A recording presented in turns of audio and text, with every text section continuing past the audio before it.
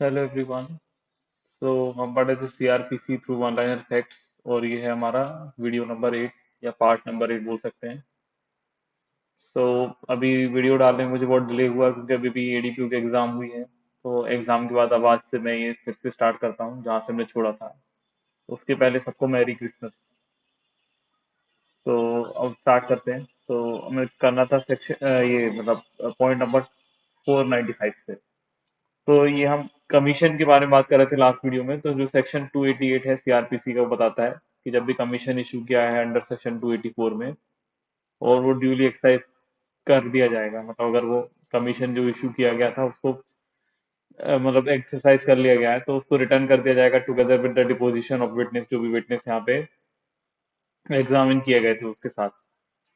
फिर जो section 289 of CrPC है वो बताता है कि जब भी कमीशन इशू किया जाता है अंडर सेक्शन 284 में, तो उसकी जो इंक्वायरी, ट्रायल और अदर प्रोसीडिंग होगी उनको मे बी एडजन, मतलब उनको एडजन भी किया जा सकता है फॉर स्पेसिफाइड टाइम के लिए, जो कि रीजनेबली सफिशिएंट लगता है एग्जीक्यूशन करने के लिए, रिटर्न करने के लिए सबमिशन कमीशन को। मतलब क्या होता है कि जनरली आप जानते होंगे कमीशन को इशू किया तो कमीशन क्या है कि थोड़ा टाइम तो लगेगा किसी आदमी को वहां पे जाने के लिए, उनके विटनेसेस की जो स्टेटमेंट है रिकॉर्ड वगैरह करने के लिए। तो उस टाइम के डेट के लिए क्या कर सकती है कोर्ट, जो ट्रायल और अदर प्रोसीडिंग है, इंक्वायरी है, उसको क्या कर सकती है, एडजन कर सकती है। ठीक है। फिर ये थोड़ा लीक से हटके कुछ बीच में आ गया है। ये है 300 का, ये लास्ट एग्जाम्पल है सेक्शन 300 का। 300 पे मैं अभी आऊंगा, लेकिन 300 के पहले इसको बता देता हूँ कि जब भी किसी पर्सन को अगर कन्विक्ट किया गया है जुडिशियल मजिस्ट्रेट फर्स्ट क्लास के द्वारा, जो भी ऑफेंस ऑफ रॉबरी के लिए, तो उनको यहाँ पे चार्ज किया जा सकता है और ट्राई किया जा सकता है डकैती के लिए भी, सेम फैक्ट के लिए। तो ऐसा सेक्शन 300 का लास्ट रिलैक्सेशन बताता है, ये जो बीच में आ गया है तो उसके बारे में मैंने आपको बता दिया। अब पढ़ते हैं आगे। तो सेक्शन 290 जो है वो प्रोवाइड करता है यहाँ पे एग्जीक्यूशन ऑफ फॉरेन कमीशन के बारे में। फिर सेक्शन 291 है वो यहाँ पे बात करता है डिस्पोजिशन ऑफ मेडिकल विटनेसेस के बारे में। और सेक्शन 292 बताता है कि जो एविडेंस है ऑफ ऑफिसर्स ऑफ मिंट उनके बारे में बताता है। और 293 है यहाँ पे जो बताता है report of the government scientific expert. तो ये जो चार सेक्शन है इनको ज्यादातर मैंने इंपॉर्टेंट नहीं समझा। ज्यादा इंपॉर्टेंट ये सेक्शंस लगते नहीं है कि इनमें क्वेश्चन प्री में बनते होंगे, ऐसा मुझे नहीं लगता है कभी किसी एग्जाम में। तो आपको इनको हेडिंग से देखना है, ये चार सेक्शन। फिर जो है कि जो जेन्युइननेस है किसी डॉक्यूमेंट की, अगर वो डिस्प्यूटेड नहीं है तो उस डॉक्यूमेंट को रीड किया जा सकता है एविडेंस में, और उसके ऊपर without purporting of signature of that person. भले ही उसमें उस पर्सन की सिग्नेचर नहीं हो, जिसके वहां पे उस डॉक्यूमेंट में उस पर्सन की सिग्नेचर होना चाहिए था, लेकिन अगर उसकी जेन्युइननेस डिस्प्यूटेड नहीं है उस डॉक्यूमेंट की, तो उसको एविडेंस में यूज किया जा सकता है। फिर लिखा हुआ है when an application is made to any court and allegations are made therein. अब जब भी कोई एप्लीकेशन यहाँ पे कोर्ट में किसी ने की है या कोई भी एलिगेशन उसके ऊपर की गई है एनी पब्लिक सर्वेंट के ऊपर, तो एप्लीकेंट जो है वो यहाँ पे एविडेंस दे सकता है of the facts एलिज्ड in the application by the affidavit.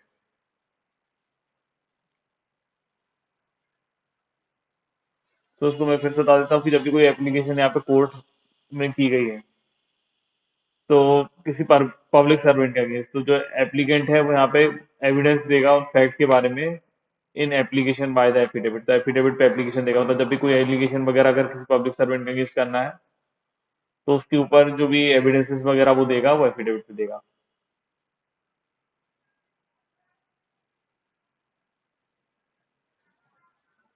ऐसा सेक्शन 295 में दिया हुआ है। फिर जो एविडेंस है यहाँ पे किसी भी पर्सन की ऑफ अ फॉर्मल कैरेक्टर, वो यहाँ पे एफिडेविट वगैरह में दी जाती है। तो उसके बारे में हम देख लेते हैं। तो एफिडेविट के बारे में क्या है, तो एफिडेविट को क्या है कि affidavit to be use before any court under CrPC. तो एफिडेविट को सीआरपीसी में यूज किया जा सकता है किसी भी कोर्ट के सामने। और ये स्वान और अफर्म किए जाएंगे बाय एफिडेविट, तो एफिडेविट के थ्रू कर सकते हैं। मतलब जो कुछ भी उनको बताना होगा, मतलब जो भी उनको स्वान या अफर्म करना होगा। और ये किसके थ्रू किया जा सकता है, तो बिफोर एनी जज के किया जा सकता है, जुडिशियल मजिस्ट्रेट के मतलब सामने किया जा सकता है, एग्जीक्यूटिव मजिस्ट्रेट के सामने किया जा सकता है, या फिर कोई कमिश्नर ऑफ फोर्स होता है, या फिर कोई नोटरी। तो किस किस के सामने ये नोटराइज किया जा सकता है या एफिडेविट वगैरह बनवाए जा सकते हैं, तो जज हो गया, जुडिशियल मैजिस्ट्रेट हो गया, एग्जीक्यूटिव मैजिस्ट्रेट हो गया, कमिश्नर ऑफ कोर्ट हो गया और नोटरी हो गया। याद रखिएगा। फिर जो प्रोविजंस हैं आप प्रूविंग करने के लिए किसी भी की भी कन्विक्शन, प्रीवियस कन्विक्शन जो कि अगर किसी को हुई हो उसको प्रूव करना होगा तो किस तरीके से करेंगे, तो ये सेक्शन 298 ऑफ सीआरपीसी में बताया हुआ है। तो सेक्शन 299 जो है वो बताता है examination of witness in the absence of accuse can be done. Sometimes हम देखते हैं कि क्या होता है कि कभी कभी एक्यूज जो है वो एब्सकॉन्ड होता हो चुका होता है, एप्रीहेंड हो चुका होता है, मतलब भाग चुका होता है, एक तरीके से मैं बता दूं। अब क्या होता है कि जो इंपॉर्टेंट विटनेसेस हैं वो जब तक एक्यूज नहीं मिल जाता तब तक अगर उनके एग्जामिनेशन हम छोड़ देंगे तो क्या होता है कि कभी कभी बाद में पता चले कि एविडेंस ही नाम बचे हमारे पास, कि एक्यूज जब पकड़ में आया तब पता चला कि कोई उसके खिलाफ विटनेस ही नहीं बचा। सारे विटनेस या तो डेड हो चुके हैं या तो इनकेपेबल ऑफ गिविंग एविडेंस हो चुके हैं।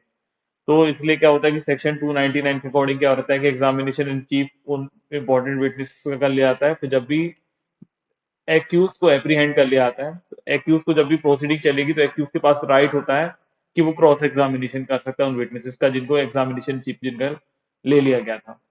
इस तरीके से ये चलता रहता है। फिर कोई पर्सन अगर एक्यूज है किसी ऑफेंस का किसी क्रिमिनल कोर्ट के सामने, तो उसको यहाँ पे एविडेंस देने के लिए बोल सकते हैं ऑन ओथ पे, अगर वो खुद की राइटिंग में ऐसा लिख के वो दे रिक्वेस्ट करता है। तो ये भी लीग से थोड़ा हट के आ गया है, ये सेक्शन 315 के बारे में बात कर रहा है कि 315 में क्या होता है कि जब भी कोई पर्सन एक्यूज है और अगर वो अपने बारे में खुद एविडेंस देना चाहता है, मतलब कि अपना मतलब डिफेंस करना चाहते हैं तरीके से, तो अपने ओन हैंड राइटिंग में मतलब लिख के, मतलब ओन रिक्वेस्ट करना पड़ेगा उसको, राइटिंग में रिक्वेस्ट करेगा वो खुद से, और वो एविडेंस दे सकता है और जो एविडेंस देगा वो ऑन ओथ देगा। फिर जो यहाँ पे जनरल प्रोविजंस है एज टू इंक्वायरी ट्रायल्स जो भी है वो प्रिस्क्राइब किए गए हैं अंडर चैप्टर 24 में, जिनको सेक्शन 300 से लेके सेक्शन 327 तक बताया हुआ है। तो general provision as to inquiries and trials कहाँ पे दिया हुआ है, तो सेक्शन 300 से लेके सेक्शन 327 तक दिया हुआ है, चैप्टर 24 में दिया हुआ है।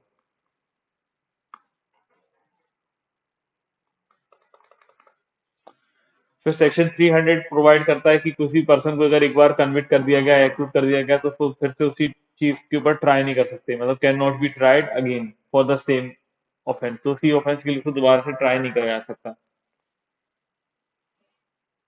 फिर उसके बाद है सेक्शन 300, ये बताता है कि प्रिंसिपल ऑफ एट्रोफॉइस कन्विक्ट और ड्यूअल जियोपार्डी या डबल जियोपार्डी बोल सकते हैं। तो यहाँ पे क्या होता है कि ऑट्रोफाइस एक्वेट भी होना चाहिए यहाँ पे, मतलब यहाँ पे क्या होता है कि जो प्रिंसिपल है सेक्शन 300 का वो होता है ऑट्रोफाइस एक्विट, ऑट्रोफाइस कन्विक्ट और डबल जियोपार्डी। तो मतलब क्या होता है, या तो एक बार कोई पर्सन है वो या तो एक बार एक्विटल हो सकता है या एक बार उसका कन्विक्शन हो सकता है, उसको बार बार एक ही चीज के ऊपर परेशान नहीं किया सकता कि फिर से उसका ट्रायल चालू हो गया, फिर से उसका ट्रायल चालू हो गया। अपील एक अलग चीज होती है, पर अपील मतलब होता है कि ये जो जजमेंट है इसमें कुछ एविडेंसेस को कंसिडरेशन में नहीं लिया गया या अगेंस्ट लॉ किया गया, बाकी तो क्या ऐसा रहता है कि बाकी वो जजमेंट फाइनल होता है। लेकिन अब सपोज करिए कि सेम ही कोर्ट है और वहाँ उसी कोर्ट में उसको बार बार ट्रायल किया जा रहा है, बार बार बुलाया जा रहा है, तो ये अगेंस्ट होता है। तो इसका मतलब यहाँ पे होता है कि डबल ज्यू पार्टी से उसको बचाया जाता है किसी भी एक्यूज में। तो a person acquitted or convicted of any offense may afterwards be tried with the consent of state government। तो अगर कोई पर्सन है अगर एक बार एक्विट हो चुका है या एक बार कन्विक्ट हो चुका है किसी ऑफेंस के लिए, तो अगर उसको ट्राई करना होगा दोबारा हमें, तो उसके लिए हमें स्टेट गवर्नमेंट से परमिशन लेना पड़ेगी। जो कोई डिस्ट्रिक्ट ऑफेंस है, मतलब सेम ऑफेंस के लिए तो ठीक है, अगर किसी डिस्ट्रिक्ट ऑफेंस के लिए यहाँ पे करना चाहते हैं तो सेपरेट चार्ज भी उसके अगेंस्ट किया जाएगा एट द फॉर्मर ट्रायल। अगर फॉर्मर ट्रायल में अगर किसी चार्ज के अगेंस्ट हम उसको कर सकते थे कन्विक्ट या एक्यूट, और हमने वो नहीं किया, हमें डिस्ट्रिक्ट ऑफेंस के लिए करना है, सेपरेट चार्ज उसके लिए करने के लिए हमें स्टेट गवर्नमेंट से परमिशन लेना पड़ती है, ये याद रखिए आप। फिर है कि जो public prosecutor assistant public prosecutor है, इंचार्ज ऑफ अ केस जो है वो अपियर हो सकता है, प्लीड कर सकता है यहाँ पे विदाउट रिटर्न अथॉरिटी किसी भी कोर्ट के पास आके, विच डेड केस अंडर इंक्वायरी, जो भी केस में अगर उनको लगता है कि अंडर इंक्वायरी ट्रायल और अपील चल रहा है, तो यहाँ पे public prosecutor assistant public prosecutor जो है इंचार्ज किसी केस में, वो यहाँ पे अपीयर हो सकते हैं। सबसे पहली बात तो ये है। और दूसरी बार वो प्लीड कर सकते हैं विदाउट रिटर्न अथॉरिटी, मतलब उनको किसी भी तरीके का वकालतनामा वगैरह है, मेमो वगैरह है, ये नहीं देना पड़ता। वो चाहे तो डायरेक्टली भी यहाँ पे प्लीड कर सकते हैं किसी भी इंक्वायरी, ट्रायल या अपील में। सेक्शन 301 ये बताता है। फिर यहाँ पे नो पुलिस ऑफिसर, तो यहाँ पे कोई पुलिस ऑफिसर यहाँ पे परमिट नहीं होता है यहाँ पे कंडक्ट करने के लिए प्रोसिक्यूशन, अगर उसने यहाँ पे इन्वेस्टिगेशन में पार्ट लिया होगा उस ऑफेंस के, with respect to which the accuse is being prosecuted, ऐसा सेक्शन 302 बताता है। तो मतलब क्या होता है कि सपोज करिए कि किसी इन्वेस्टिगेशन ऑफिसर है या पुलिस ऑफिसर है, उसने यहाँ पे किसी केस की इन्वेस्टिगेशन की। अब अगर वो इन्वेस्टिगेशन कर रहा है, मतलब उसको तो काफी चीजें हैं जिसको पता चली। अब क्या होता है कि वो एक तरीके से क्या हो जाता है, इंटरेस्टेड हो जाता है। सपोज करिए कि मैं सपोज करिए कि अगर मैं अगर हूँ यहाँ पे और मुझे इन्वेस्टिगेशन ऑफिसर का काम दे दिया गया, पुलिस ऑफिसर का काम दे दिया गया, और मैंने जब इन्वेस्टिगेशन की तो मुझे बहुत सारी चीजें पता चली। अब क्या होता है कि मेरा पर्सनल इंटरेस्ट भी उस केस के अंदर हो गया कि मैं सोच रहा हूँ कि अब मैंने इन्वेस्टिगेशन की है तो पक्का उसको सजा मिलना चाहिए या नहीं।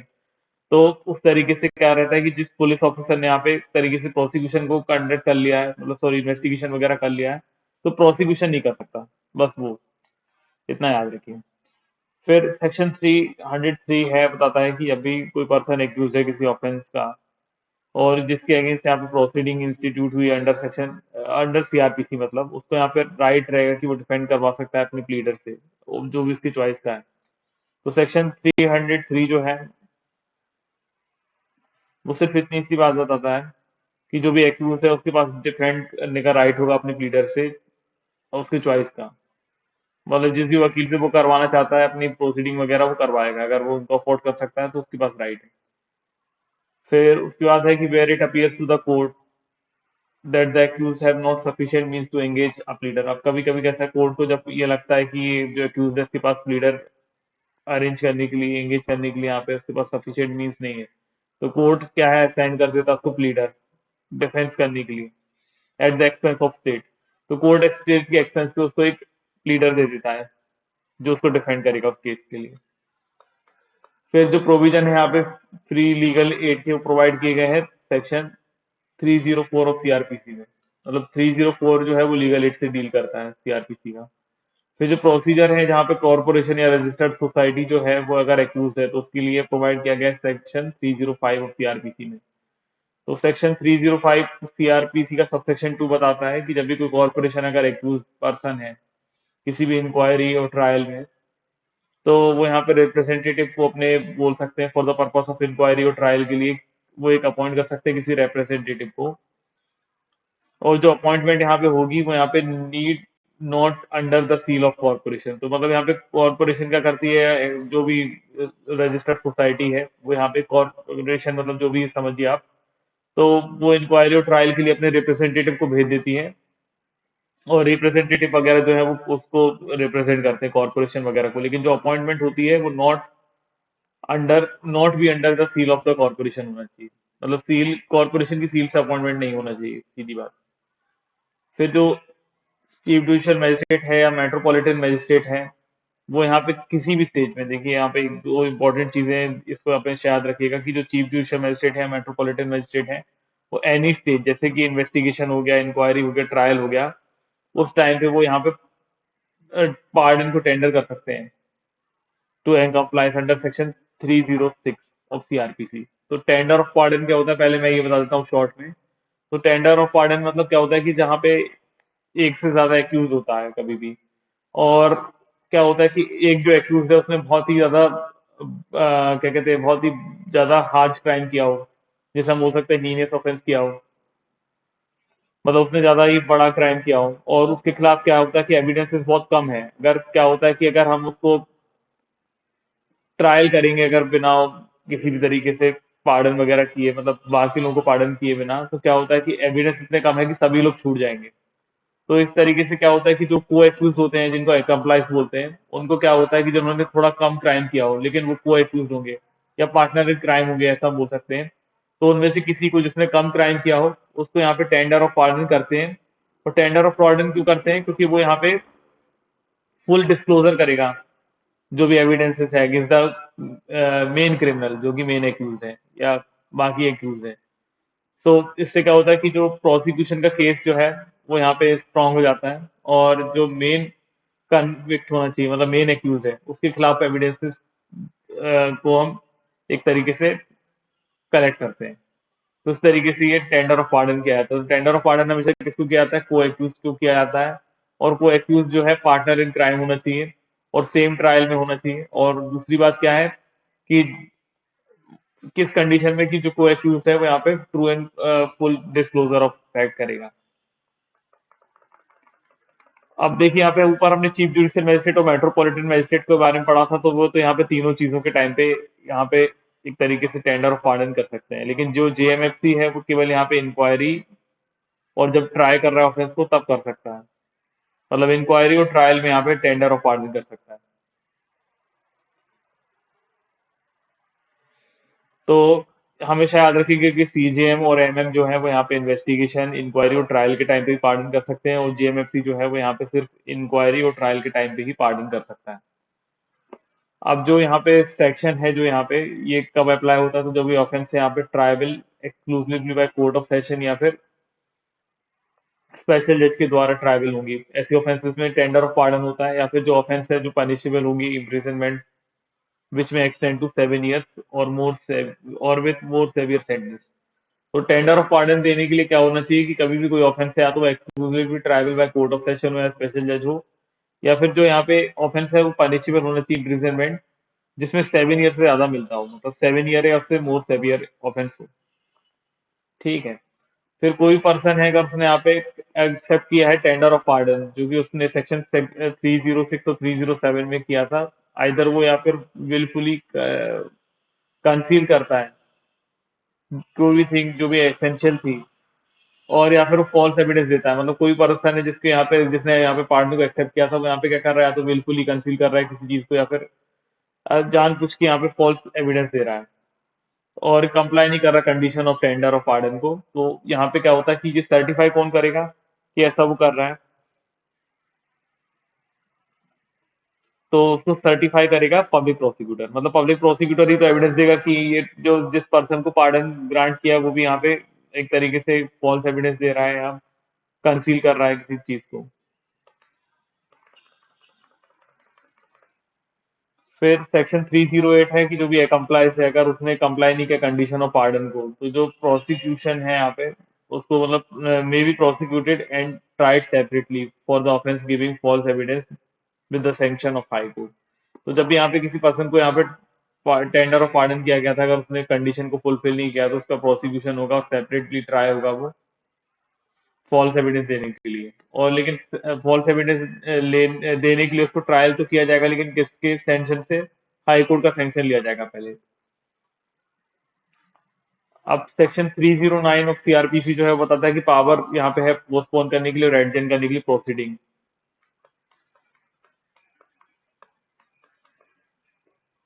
तो मैजिस्ट्रेट जो है यहाँ पे वो इंस्पेक्ट कर सकते हैं प्रॉपर एप्रिसिएशन ऑफ एविडेंसेस के लिए अंडर सेक्शन 3010। तो सेक्शन 3010 जिसको हम लोकल इन्वेस्टिगेशन भी बोलते हैं मेरे हिसाब से, local inspection, sorry investigation inspection. तो लोकल इंस्पेक्शन जो होता है वो सेक्शन 3010 होता है। उसमें क्या होता है कि या तो क्या कहते हैं, मैजिस्ट्रेट खुद ही इंस्पेक्ट कर सकते हैं जिससे प्रॉपर एप्रिसिएशन हो पाए यहाँ पे एविडेंसेस का, या फिर वो कमिश्नर को भी इशू कर सकते हैं।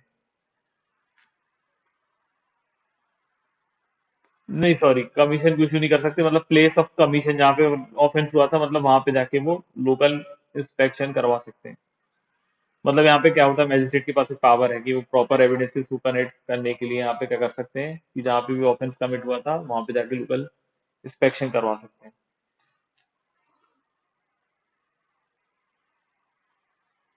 अब क्या होता है कि अगर किसी विटनेस को एक बार एग्जामिन कर लिया गया एज अ प्रोसिक्यूशन विटनेस, और लेटर ऑन अगर ये एप्लीकेशन मेड की जाती है समन करने के लिए ट्रायल कोर्ट में कि उस विटनेस को दोबारा कॉल किया जाए, तो किया जा सकता है सेक्शन 311 ऑफ सीआरपीसी में। तो सेक्शन 311 ऑफ सीआरपीसी जो है बताता है कोर्ट के पास पावर है कि समन कर सकती है किसी भी पर्सन को एज अ विटनेस, और ये कभी भी किया जा सकता है at any stage of trial में। किसी भी स्टेज ऑफ ट्रायल में यहाँ पे समन वगैरह किया जा सकता है। फिर जो कोर्ट है वो यहाँ पे एग्जामिन कर सकती है पर्सन इन अटेंडेंस में, कोर्ट विटनेस में, अंडर सेक्शन 311 ऑफ सीआरपीसी। तो यहाँ पे जो कोर्ट है वो एग्जामिन कर सकती पर्सन इन अटेंडेंस, मतलब कोर्ट विटनेस को, कि कोर्ट विटनेस यहाँ पे अटेंड करे अंडर सेक्शन 311 ऑफ सीआरपीसी में। फिर जो कोर्ट है वो समन कर सकती है और एग्जामिन कर सकती है, उसके साथ साथ यहाँ पे रिकॉल और री एग्जामिन भी कर सकती है किसी पर्सन को जिसकी एविडेंस उनको लगता है कि यहाँ पे एसेंशियल है just decision of the case के लिए, मतलब सही तरीके से डिसीजन किया जाए केस का, इसलिए उनको लगता है कि किसी पर्सन को यहाँ पे री एग्जामिन या रिकॉल भी करना चाहिए तो वो कर सकते हैं यहाँ पे। सिंपल सी बात है।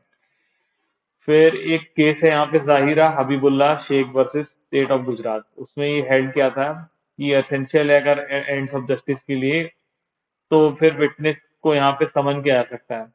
और समन किया जाएगा, भले ये समन करना एक अमाउंट होता है, मतलब एक तरीके से ये माना जा सकता होगा कि रेक्टिफिकेशन करना होगा एक तरीके से मिस्टेक जो भी प्रोसिक्यूशन ने की है।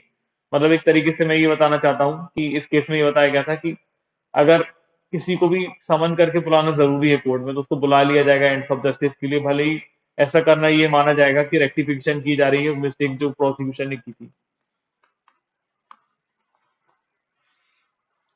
फिर अंडर सेक्शन 311 ए जो है उसमें क्या है कि पावर है जुडिशियल मजिस्ट्रेट फर्स्ट क्लास के पास कि अगर वो सेटिस्फाई हो जाते हैं कि जो एक्सपीडियंट है तो वो डायरेक्ट कर सकते हैं किसी पर्सन को कि वो यहाँ पे अपना स्पेसिफिक सिग्नेचर या हैंड राइटिंग वगैरह दे, मतलब जो उसके सिग्नेचर या हैंड राइटिंग वगैरह है उसको वहां पे वो हम देने के लिए कंपेल कर सकते हैं। मतलब क्या होता है कल कभी कुछ डॉक्यूमेंट है, कुछ चीजें डिस्प्यूटेड है, वो इंपॉर्टेंट एविडेंस है। अब कोर्ट को क्या है कि ये चेक करना पड़ेगा कि ये पर्सन की हैंड राइटिंग है या इस पर्सन ने साइन किया है उस चीज पे। तो कोर्ट क्या करती है डायरेक्टली यहाँ पे कंपेल कर देती है एक्यूज को, अगर वो चाहे तो सेक्शन 311 में, कि वो अपना हैंड राइटिंग या सिग्नेचर वगैरह को यहाँ पे दे, उसके हिसाब से कोर्ट यहाँ पे कंपेयर कर लेती है।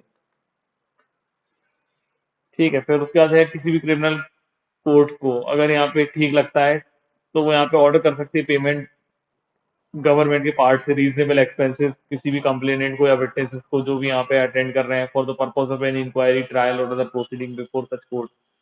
तो क्या होता है कि कोर्ट जब भी किसी को बुलाती है या तो विटनेस होगा या कंप्लेनेंट होगा, तो अब विटनेसेस या कंप्लेनेंट है जो उनके भी यहाँ पे एक्सपेंसेस खर्च होते हैं कोर्ट में आने जाने के। ऐसा तो है नहीं कि वो लोग यहाँ पे फ्री हैं तो वो आ जाते हैं। तो यहाँ पे क्या होता है कि कोर्ट के पास पावर है क्रिमिनल कोर्ट के पास कि वो यहाँ पे रीजनेबल एक्सपेंसेस दिलवा सकती है गवर्नमेंट के एक्सपेंसेस से, मतलब गवर्नमेंट की तरफ से उन एक्यूज मतलब उन कंप्लेनेंट को और उन विटनेसेस को इंक्वायरी ट्रायल में आने के लिए जो कोई उनका रीजनेबल एक्सपेंसेस लगे हैं इन सब चीज के लिए रीएम्बर्समेंट देने के लिए। फिर जो भी ड्यूरिंग ट्रायल जो भी स्टेटमेंट ऑफ एक्यूज है उसको रिकॉर्ड किया जा सकता है कोर्ट के द्वारा अंडर सेक्शन 313 ऑफ सीआरपीसी में। मतलब 313 ऑफ सीआरपीसी में क्या रहता है, कोर्ट यहाँ पे एक्यूज से बोलती है कि आप अपने खिलाफ जो है जो आप बोलना चाहें, मतलब जो अपने अपने मतलब अपने मतलब क्या होता है एक तरीके से मैं बताता हूँ सेक्शन 313 में क्या होता है, कोर्ट जो है वो एक्यूज से कुछ भी क्वेश्चन वगैरह कर सकती है कि आपके खिलाफ ये सारे एविडेंसेस हैं तो आप बताइए कि आपको गिल्टी क्यों ना प्लीड किया जाए, आप अपने बचाव में क्या क्या बोलना चाहते हैं बताइए। तो उस चीज से रिलेटेड सेक्शन 313 है। तो अंडर सेक्शन 313 में जो है वो यहाँ पे ये इसका purpose of examination of accuse है। और इससे क्या होता है कि हम अनेबल करते हैं एक्यूज को कि वो पर्सनली एक्सप्लेन कर सकता है कोई भी सर्कमस्टेंसेस जो है जो कि एविडेंस दे सकते हैं अगेंस्ट हिम, मतलब उसके खिलाफ जो भी एविडेंसेस हैं उसको एक्सप्लेन करने के लिए एग्जामिनेशन ऑफ एक्यूज किया जाता है इस तरीके से सेक्शन 313 में। So when examined under section 313 of CRPC, the circumstances incriminating the accused is not put to the accused for his explanation। तो जब भी हम सेक्शन 313 की बात करते हैं तो कुछ सर्कमस्टेंसेस ऐसे होते हैं जिसमें क्या होता है कि इनक्रिमिनेट कर रहे हैं एक तरीके से हम कि मतलब उसको एक तरीके से एक्यूज को क्रिमिनल साबित कर रहे हैं कि ये तुमने ही किया है, ये आपने किया होगा, आपके खिलाफ इतने सारे एविडेंसेस हैं, मुझे तो यही लग रहा है कि हाँ ये आपने किया है या एक्यूज ने किया है, मतलब एक तरीके से। तो ऐसे क्वेश्चन हम पुट नहीं कर सकते उसके ऊपर। The state circumstances can not be used against the accuse. तो उसके अगेंस्ट हम ये सब चीजें यूज नहीं कर सकते because it is inadmissible in evidence, क्योंकि ये जो चीजें हैं उसको इनक्रिमिनेट करना ये इनएडमिसिबल हो जाता है एविडेंस में और बेकम हो जाता और it becomes irrelevant for the purpose of evidence, तो ये एविडेंस के लिए रेलेवेंट हो जाता है।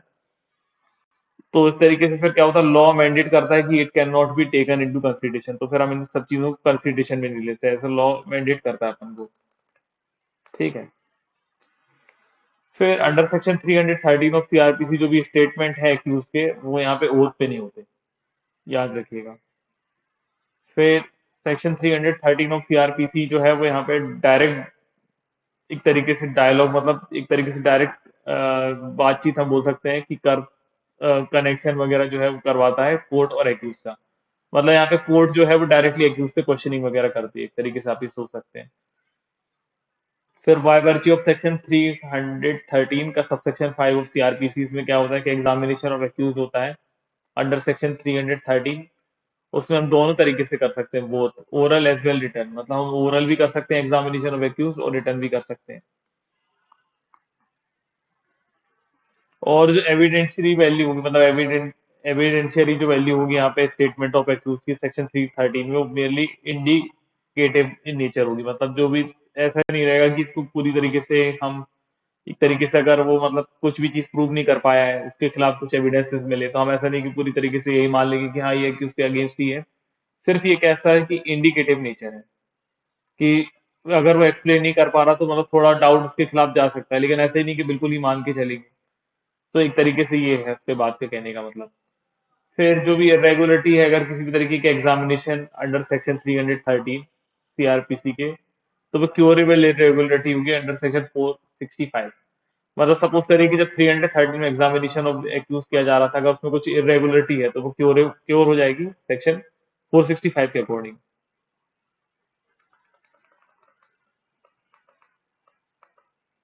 फिर एक केस था Dharampal Singh versus state of Punjab, उसमें ये हैंड किया गया था कि जो एग्जामिनेशन है जो सेक्शन 313 की, उसमें कोर्ट जो है will put only those facts which are adverse to the accused, and it shall put the facts and not the inference that the court has drawn on those facts.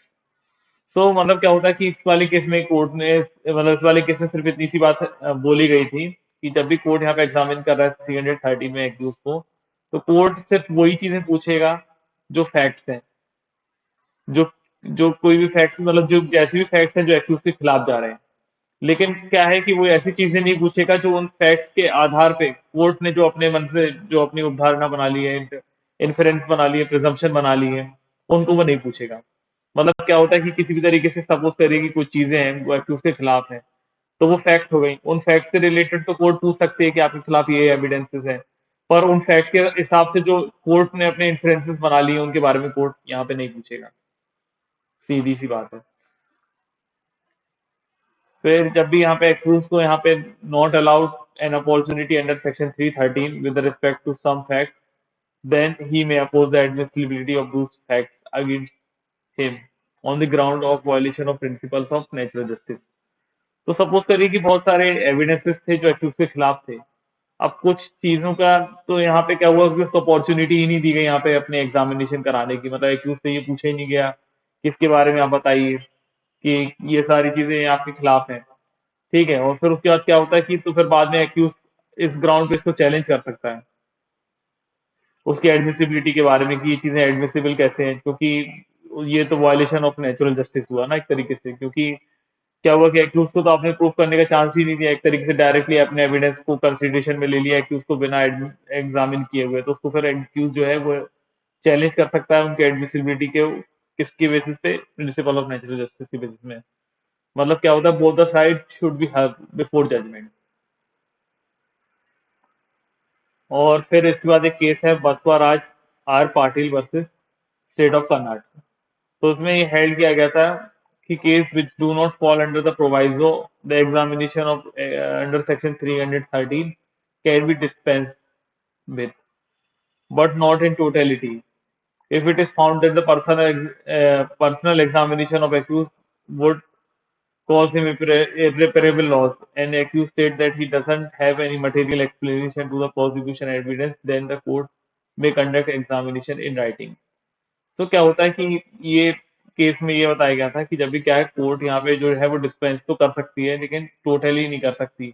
जब भी क्या होता है कि अगर ऐसा सिचुएशन आ जाती है कि पर्सनल एग्जामिनेशन जो है एक्यूज की वो की नहीं जा सकती, अगर करेंगे तो उसको इर्रेपरेबल लॉस हो जाएगा। तो एक्यूज अगर वो बता देता है कि उसके पास किसी भी तरीके का मटेरियल एक्सप्लेनेशन नहीं है प्रोसिक्यूशन के एविडेंसेस के बारे में, तो कोर्ट उसको चाहे तो राइटिंग में भी कंडक्ट कर सकते हैं एग्जामिनेशन वगैरह।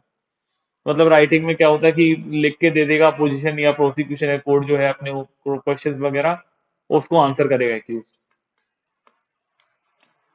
फिर इन द ईयर 2009 जो था उसमें सेक्शन 313 का सबसेक्शन 5 को भी इंसर्ट किया गया था, और उसमें ये बताया गया था कि कोर्ट जो है वो यहाँ पे पब्लिक प्रोसिक्यूटर मतलब प्रोसिक्यूटर जो रहता है और जो डिफेंस काउंसिल मतलब जो एक्यूज का एडवोकेट है, मतलब एक तरीके से प्रोसिक्यूटर मतलब कौन है कि जो प्रोसिक्यूशन कंडक्ट कर रहा है, और डिफेंस काउंसिल मतलब एक्यूज का ही जो एडवोकेट होता है एक तरीके से वो अपीयर होता है। तो मतलब वो उनको बोल देगा कि वो प्रिपेयर करें रिलेवेंट क्वेश्चन को जो कि पुट करना चाहिए एक्यूज को, मतलब एक्यूज से पूछना चाहिए जो क्वेश्चन, मतलब उनके हेल्प ले सकता है, मतलब कोर्ट क्या कर सकती है, हेल्प ले सकती है प्रोसिक्यूटर एंड डिफेंस काउंसिल का उन क्वेश्चंस को प्रिपेयर करने के लिए, रिलेवेंट क्वेश्चंस को जो कि एक्यूज को पूछे जाएंगे। और कोर्ट यहाँ पे परमिट कर सकती है filing return statement by the accuse, और कोर्ट यहाँ पे फिर उसके बाद परमिट भी कर सकती है कि जो एक्यूज है वो रिटर्न स्टेटमेंट फाइल कर सकता है सफिशिएंट कंप्लायंस करने के लिए उस सेक्शन का। मतलब क्या होता है, सबसे पहले सेक्शन 313 के सबसेक्शन 5 में कोर्ट हेल्प ले सकती है प्रोसिक्यूटर का और डिफेंस काउंसिल का कि कुछ रिलेवेंट क्वेश्चन को प्रिपेयर करके जो कि एक्यूज से पूछे जाए। और साथ ही साथ फिर उसके बाद क्या होता है कि एक्यूज को भी रिटर्न स्टेटमेंट फाइल करने के लिए कह सकती है या परमिट कर सकती है, जिससे वो सफिशिएंट कंप्लायंस कर पाए इस सेक्शन का।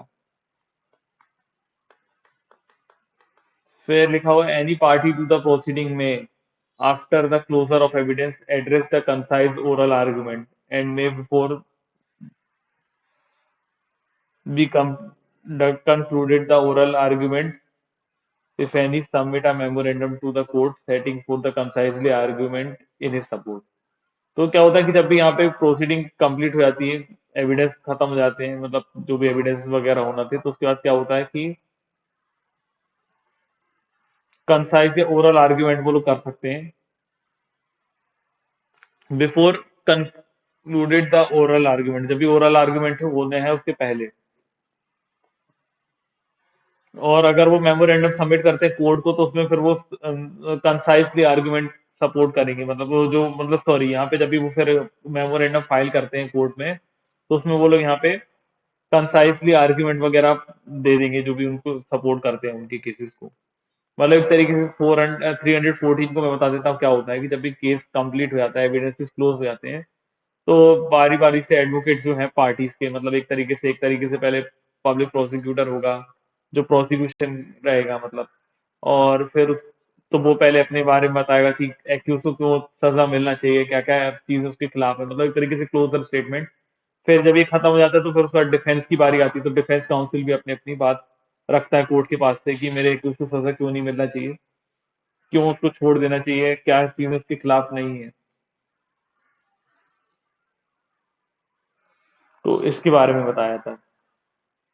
फिर सेक्शन 315 है वो सीआरपीसी का, वो रिलेट करता है access person as a competent witness. तो क्या होता है कि 315 सेक्शन सीआरपीसी का ये बताता है कि एक्यूज भी कॉम्पिटेंट विटनेस होता है जो अपने खिलाफ एविडेंसेस को डिस्प्रूव वगैरह करना चाहे तो कर सकता है। लेकिन ये कब होता है, जब वो खुद ही अपनी राइटिंग में रिक्वेस्ट करता है। तो यहाँ पे सेक्शन 315 में accuse shall be called as a witness only upon own request in writing. तो यहाँ पे एक्यूज को क्या है, खुद ही लेकिन रिक्वेस्ट करना पड़ती है इन राइटिंग में, तभी जाके वो कॉम्पिटेंट विटनेस होगा खुद का। मतलब अगर एक्यूज चाहे तो राइटिंग में पहले कोर्ट से रिक्वेस्ट करेगा कि मुझे खुद ही कॉम्पिटेंट विटनेस बनना है अपने केस में, तभी उसको कॉम्पिटेंट विटनेस बनाया जाता है।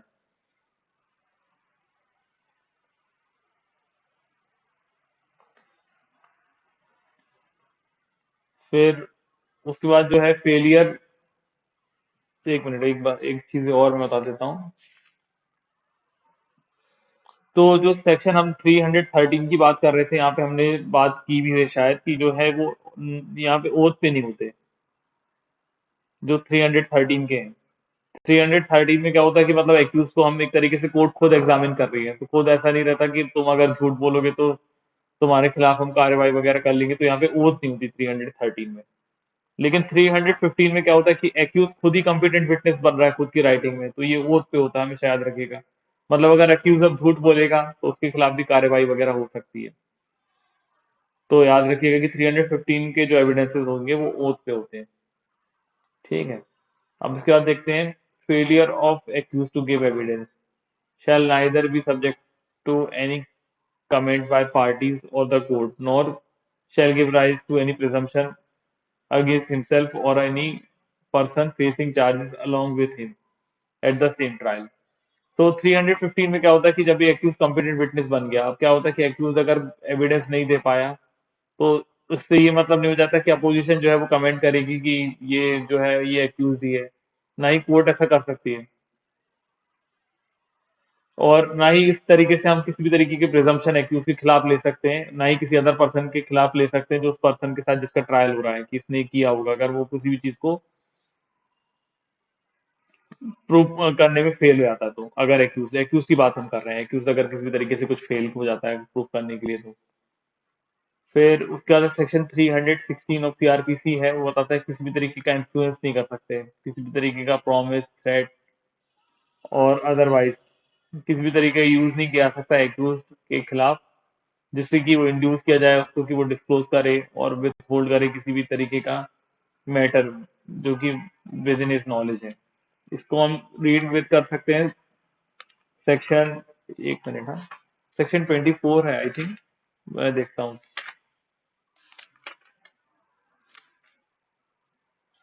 सेक्शन 24 ऑफ एविडेंस एक्ट की बात कर रहा हूँ मैं। तो मतलब क्या होता है कि जब भी यहाँ पे एक तरीके सीधी सी बात है कि क्या होता है कि जब भी कोई एक्यूज है, उस पर्सन को हम किसी भी तरीके का यहाँ पे प्रॉमिस, थ्रेट या अदरवाइज किसी भी तरीके का इन्फ्लुएंस वगैरह उसके ऊपर नहीं कर सकते कि जिससे वो उसको हम इंड्यूस कर पाए कि वो डिस्क्लोज करे या कुछ चीज़ को छुपा के रखे जो भी उसके नॉलेज में है। सेम चीज हमें section 24 of Indian evidence act में भी पढ़ते हैं। तो 316 को section read with section 24 of Indian evidence act याद रखिएगा। ठीक है।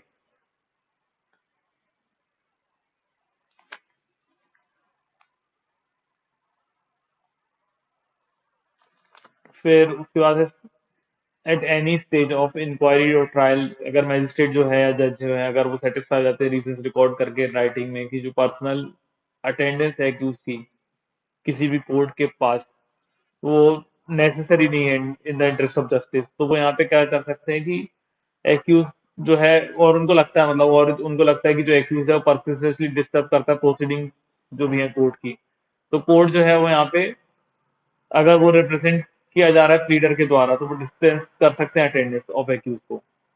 मतलब क्या होता है कि कभी भी इंक्वायरी और ट्रायल में अगर मैजिस्ट्रेट को लगता है या जज को लगता है कि यहाँ पे जो है पर्सनल अटेंडेंस जो है एक्यूज की वो नेसेसरी नहीं है और इंटरेस्ट ऑफ जस्टिस में भी नहीं है, और एक्यूज जो है वो आ जाता है कोर्ट में तो परसिस्टेंटली डिस्टर्ब भी करता है प्रोसीडिंग वगैरह कोर्ट की, तो कोर्ट जो है यहाँ पे अगर उनका प्लीडर के थ्रू रिप्रेजेंट कर रहे हैं तो पर्सनल अटेंडेंस ऑफ एक्यूज जो है उसको डिस्पेंस कर सकती है। जैसे सेक्शन 317 बताता है। और यहाँ एमपी में अगर हम देखें, मतलब जहां तक मुझे याद है, मैं जो मतलब याद नहीं, मतलब मैं तो प्रैक्टिकल करता हूँ, मैं एडवोकेट हूँ, तो सेक्शन 317 का ये हम एक तरीके से हाजिरी माफी आवेदन बोलते हैं, वो लगा देते हैं। मतलब कभी कभी कैसा होता है कि एक्यूज जैसे बेल पे है, अब उसको यहाँ पे साइन करने आना होता है कोर्ट की प्रोसीडिंग, जब भी जिस दिन उसका केस लगा होता है उस दिन उसको कोर्ट में आना चाहिए, आके साइन करना चाहिए।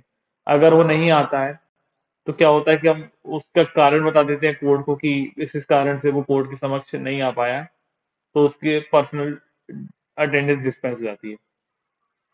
तो आज इस वीडियो में इतना ही, नेक्स्ट वीडियो में आगे पढ़ेंगे।